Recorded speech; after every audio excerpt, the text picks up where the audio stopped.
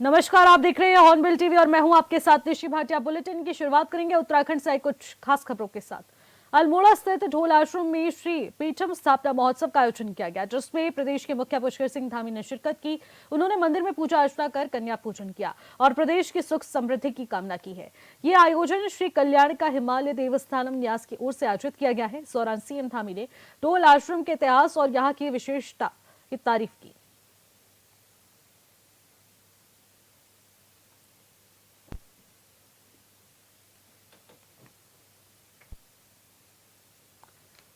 प्रदेश के सुख और समृद्धि की कामना करते हुए यहां पर सीएम धामी ने शिरकत की है। प्रदेश की सुख और समृद्धि की लगातार कामना कर रहे हैं और पूजा अर्चना कर कन्या पूजन भी किया गया। ढोल आश्रम में सीएम धामी पहुंचे हैं। इस दौरान सीएम धामी ने ढोल आश्रम के इतिहास और यहाँ की विशेष मान्यता का भी जिक्र किया। कहा कि इसकी बहुत पौराणिक मान्यता है, जिसके अनुसार यहाँ पर लोग दूर दूर से पहुंचते हैं और ऐसे में पूजा अर्चना कर कन्या पूजन किया गया और ऐसे में पीठम स्थापना महोत्सव का आयोजन हो चुका है। अल्मोड़ा स्थित ढोल आश्रम में श्री पीठम स्थापना महोत्सव का आयोजन हुआ है और जिसमें प्रदेश के मुखिया पुष्कर सिंह धामी ने खुद शिरकत की है। उन्होंने कहा कि मंदिर में पूजा अर्चना कर कन्या पूजन किया गया और उसके बाद यहां पर विशेष पूजा अर्चना के तहत सभी का अभिवादन भी किया गया। प्रदेश की सुख समृद्धि की भी कामना की गई है, क्योंकि जिस प्रकार से युद्ध का तनाव इस वक्त पूरे देश भर में बना हुआ है और ऐसे में सुख समृद्धि की कामना की जा रही है और भारतीय सेना के लिए दुआएं मांगी जा रही हैं। यह आयोजन श्री कल्याणी का हिमालय देवस्थानम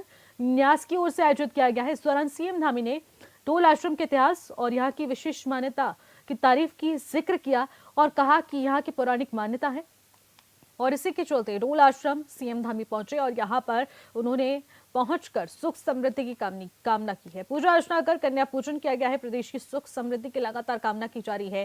जिस प्रकार से केदारनाथ बद्रीनाथ में भी तमाम पूजा अर्चना की जा रही है। विशेष पूजा अर्चना के तहत यज्ञ भी किए जा रहे हैं, क्योंकि तनावपूर्ण स्थिति इस वक्त पूरे देश भर में बनी हुई है। भारत पाकिस्तान जिस युद्ध के चलते इस वक्त जूझ रहा है, तनावपूर्ण स्थिति पूरे भारत में बनी हुई है, तो ऐसे में जगह जगह पर धार्मिक स्थलों में पूजा पाठ की जा रही है, विशेष पूजा अर्चना की जा रही है। सैनिकों की दीर्घायु के लिए यहाँ पर पूजा अर्चना लगातार की जा रही है।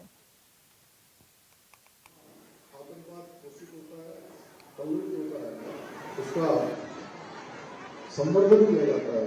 लगातार हमारे देश के अंदर अनेक आतंकवादी गतिविधियां, अलगाववादी गतिविधियां, जिहादी गतिविधियों को बढ़ावा देने वाले आतंकवादी राष्ट्र, इसके सूत्रधार पाकिस्तान के दांत खट्टे कर देने वाले हमारे सभी वीर सैनिकों का मैं वीर भूमि उत्तराखंड की 1.25 करोड़ जनता की ओर से उनका हृदय से अभिनंदन करता हूँ। आप सबकी तरफ से उनको बधाई देता हूँ। मैं आज प्रदेश की सांस्कृतिक नगरी अल्मोड़ा स्थित ढोल आश्रम में धर्म बंध्या का पूजन, मां राजेश्वरी का अभिषेक और हमारी कन्या पूजन जैसा शुभ कार्य आज यहाँ पर पूज्य बाबा जी के आशीर्वाद से हम सभी के हाथों से सफल हुआ। साथ ही मुझे ये सौभाग्य प्रत्येक वर्ष प्राप्त होता है। सच में पुण्य की प्राप्ति का इससे अच्छा स्थान बाबा जी के सानिध्य में मुझे दूसरी जगह नहीं दिखाई दी।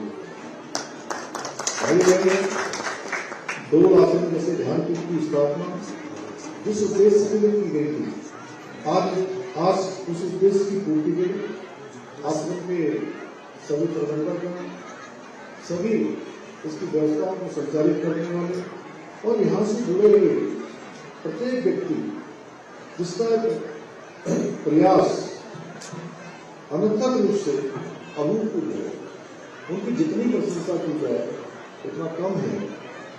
यह आश्रम जहाँ एक और हमारे राज्य के अंदर धार्मिक पर्यटन को बढ़ावा दे रहा है, वहीं युवाओं को भारतीय संस्कृति के बारे में शिक्षित करने का भी महान कार्य कर रहा है। अभी बाबा जी ने मुझे बताया यहाँ पर संस्कृति से लेकर तमाम प्रकार के जो नैतिक जीवन में होने वाले आने वाले ऐसे हमारे नौनिहालों के जीवन को एक तरह से आगे मार्ग दिखाने का काम इस माध्यम के माध्यम से होता है, जो हमारे प्रदेश के सांस्कृतिक प्रदेश के लिए यह अत्यंत महत्वपूर्ण है। ये आश्रम हमारी प्राचीन सभ्यता संस्कृति के गौरव की जीती जाती मिसाल है। भाई बहन, ये हम सभी का सौभाग्य है कि हम सब ने उस देवभूमि में जन्म लिया है जिसके कण कण में देवी देवताओं का वास है। यहाँ की समृद्ध सनातन संस्कृति दुनिया आध्यात्मिक आत्मिक शांति और आस्था की शांति से परिचित करवाती है। आज प्रधानमंत्री श्री नरेंद्र मोदी जी के नेतृत्व में हमारी सरकार देवभूमि उत्तराखंड की इस महान सांस्कृतिक विरासत को संरक्षित रखने के साथ साथ हमारे पौराणिक स्थलों के पुनर्निर्माण के लिए संकल्पबद्ध होकर काम कर रही है। जहां भारत की ओर से पाकिस्तान के खिलाफ ऑपरेशन सिंदूर के तहत एयर स्ट्राइक के बाद पूरे देश में जश्न का माहौल रहा और वहीं उत्तराखंड वक्फ बोर्ड के अध्यक्ष शादाब शम्स का कहना है कि जिस प्रकार से इस विश्व परिस्थिति में पूरा देश अपनी यहां पर जाति धर्म भूलकर एकजुट होकर भारतीय सेना के साथ खड़ा रहा, ये सराहनीय है। उन्होंने कहा कि आज हम सिर्फ एक भारतीय हैं, वही हमारा धर्म देश और राष्ट्र की रक्षा करना है।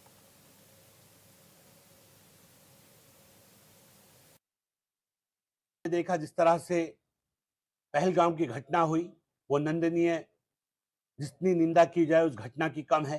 जिन बुजदिलों ने हमारे घर में घुसकर हमारी बहनों के सुहाग उजाड़े, हमारे बच्चों के सर से माँ बाप का साया खत्म किया, ऐसे लोगों को वो जिंदगी में नापाक हरकत ना कर सके और जहां से वो संचालित होते हैं ऐसे पाकिस्तान को सबक सिखाया जाए। उसके लिए देश के यशस्वी प्रधानमंत्री ने अपनी सेना को निर्देश दिया है कि तमाम ऐसे टेररिस्ट कैंप, टेररिस्ट ट्रूप्स को नस्तो नाबूद कर दिया जाए।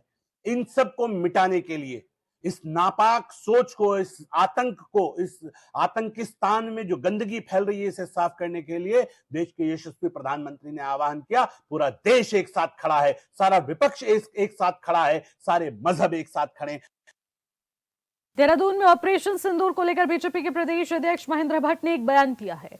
उन्होंने कहा कि जब भी कोई आतंकवादी घटना होगी तो भारत उसे एक युद्ध के रूप में देखेगा। हमारा उद्देश्य आतंकवादियों को मिट्टी में मिलाना है और अपने उद्देश्य की ओर से सरकार आगे बढ़ रहा है।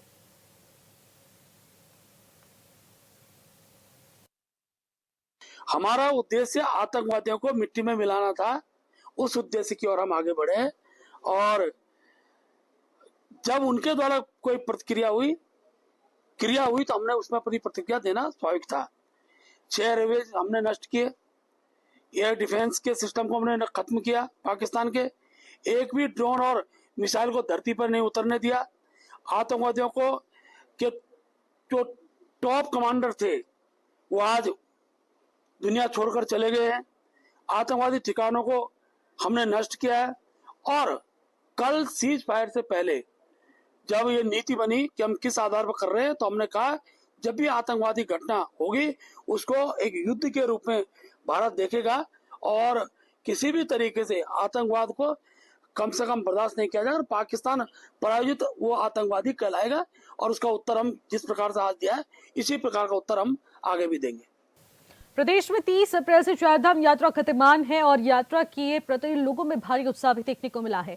बड़ी संख्या में श्रद्धालु दर्शन के लिए चारों धामों में पहुंच रहे हैं। जानकारी के मुताबिक मात्र 12 दिनों में अभी तक चारों धाम के लिए करीब 5.5 लाख से ज्यादा तीर्थयात्री दर्शन कर चुके हैं, जिसको लेकर बीजेपी प्रदेश प्रवक्ता हनी पाठक का कहना है कि धामी सरकार की ओर से जो व्यवस्थाएं यात्रा में की गई है उन सभी यात्राओं का जो लाभ है वो श्रद्धालु उठा पा रहे हैं। व्यवस्थाएं सुचारू है।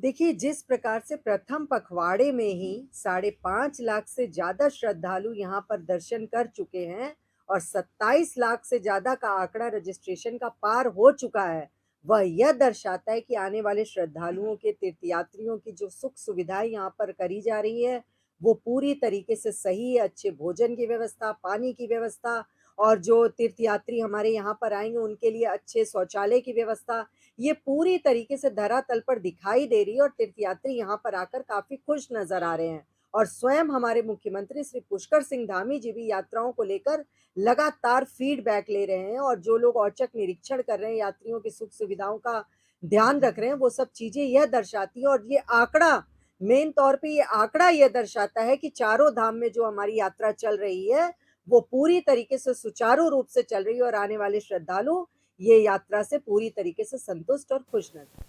उत्तराखंड प्रदेश कांग्रेस कमेटी संगठन को मजबूत बनाने के लिए कार्यकर्ता और पदाधिकारियों के लिए ट्रेनिंग कैंप आयोजित किया जा रहा है। आपको बता दें कि जिला अध्यक्षों को ट्रेनिंग देने के बाद हरिद्वार में भी ब्लॉक और मंडल अध्यक्षों के लिए ट्रेनिंग कैंप आयोजित किए जाएंगे, जिसमें कांग्रेस के पदाधिकारी कार्यकर्ताओं को कांग्रेस के इतिहास, संविधान और विचारधारा के बारे में जानकारी देकर संगठन को मजबूत बनाया जाएगा।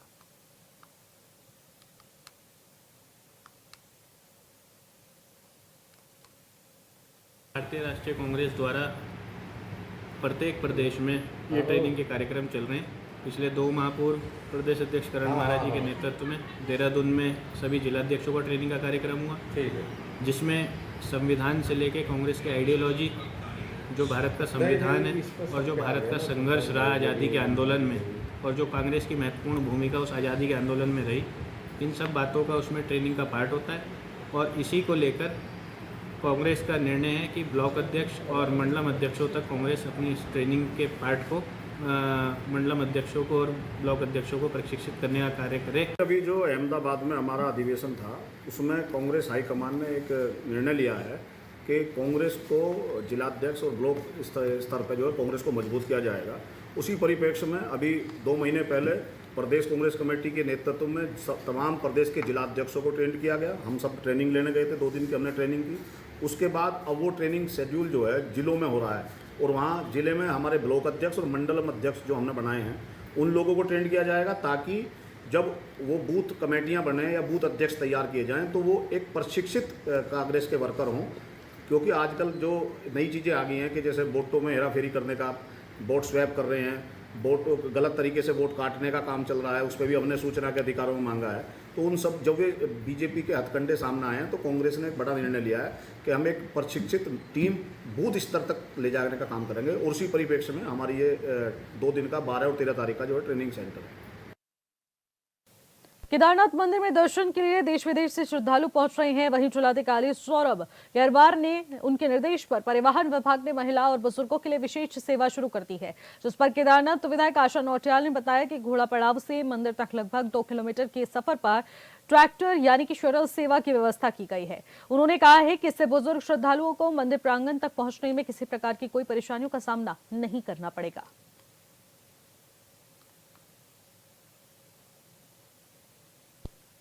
देखिए, ट्रैकर तो जहाँ से मतलब हमारा घोड़ा पड़ाव है और वो ट्रैकर केदारनाथ में ही है, तो जहाँ से वो उतरेंगे जितनी जगह वहाँ पैदल जाने के लिए मंदिर तक है, 2 किलोमीटर 1.5 किलोमीटर वो पड़ता है, तो वहाँ से वो यात्री को मंदिर तक ले जाएंगे।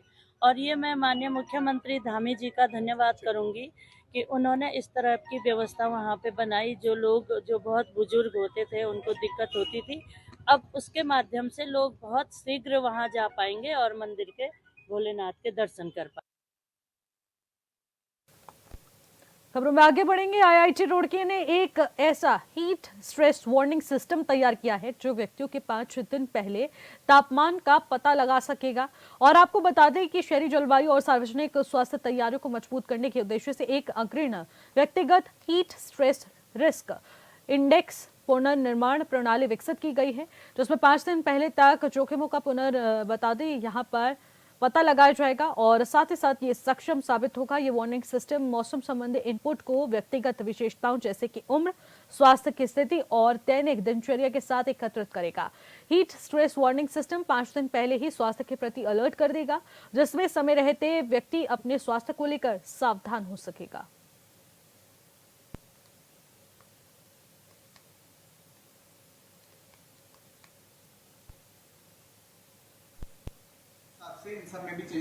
लोगों के लिए, लोगों तक पहुंचने के लिए हमारे रिसर्च में क्या न्यू चीज़ें, यूनिक चीज़ें हम ला सकते।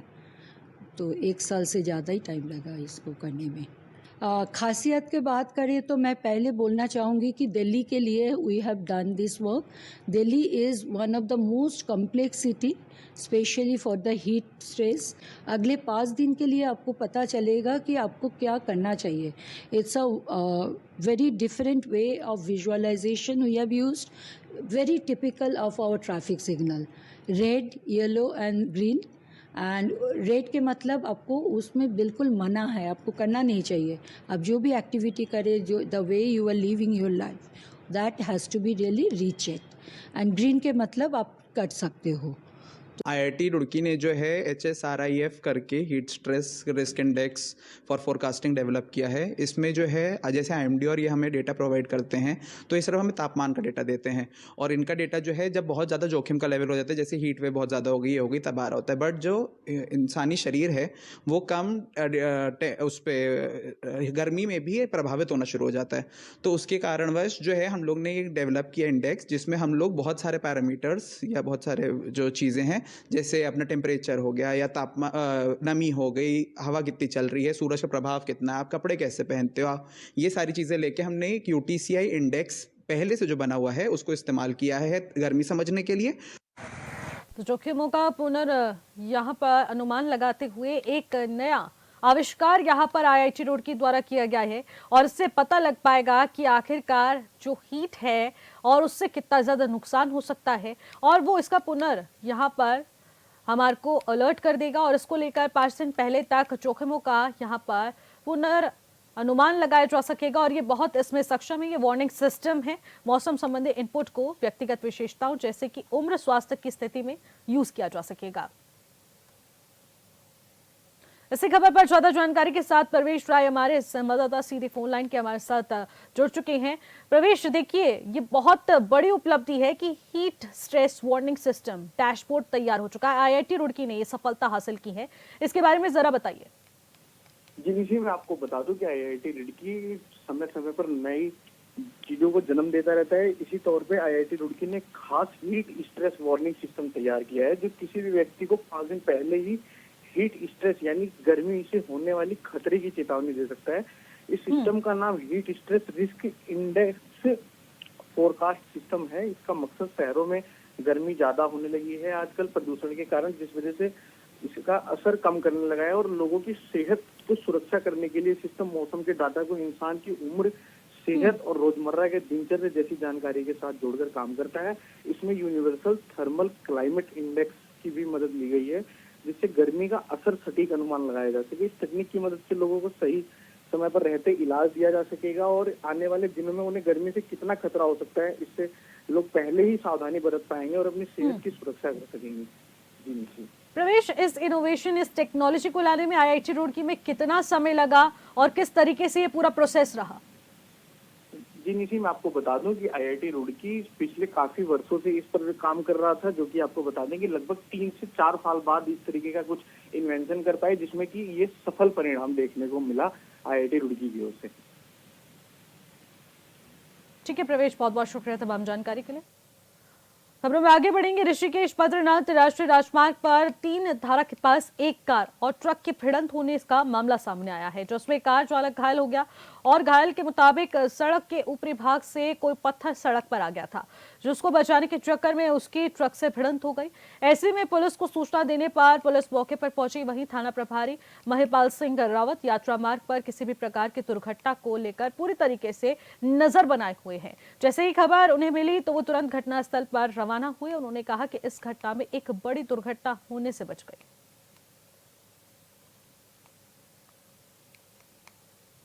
नहीं, देखो जो हमारा 3 धारा वाला है, राष्ट्रीय राजमार्ग वाला है, वो काफ़ी लंबा है, और जो चौकी से लेकर के वहाँ तक जो दूरी होती है काफ़ी दूरी होती है।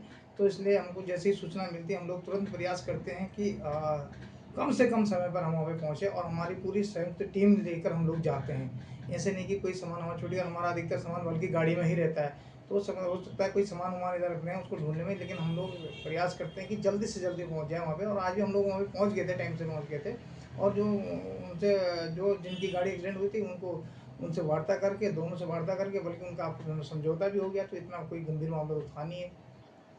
देखो, पुलिस के पास हम लोगों के पास और भी काम रहते हैं, लेकिन हम लोगों ने जो यात्रा रूट ड्यूटी पे लगा रखी वो अलग ही ड्यूटी लगा रखी, ताकि लोगों को किसी प्रकार की कोई असुविधा नहीं हुई। हमारी एक ड्यूटी तोता घाटी से लेकर के पूरे कोडियाला से लेकर के और साकड़ी घाट बछेली खाल तक है, और एक ड्यूटी हमारी वहाँ से जो रनवे है वो यहाँ से लेकर देवप्रयाग तक, और तीसरी ड्यूटी हमारी यहाँ से लेकर और बागवान तक है।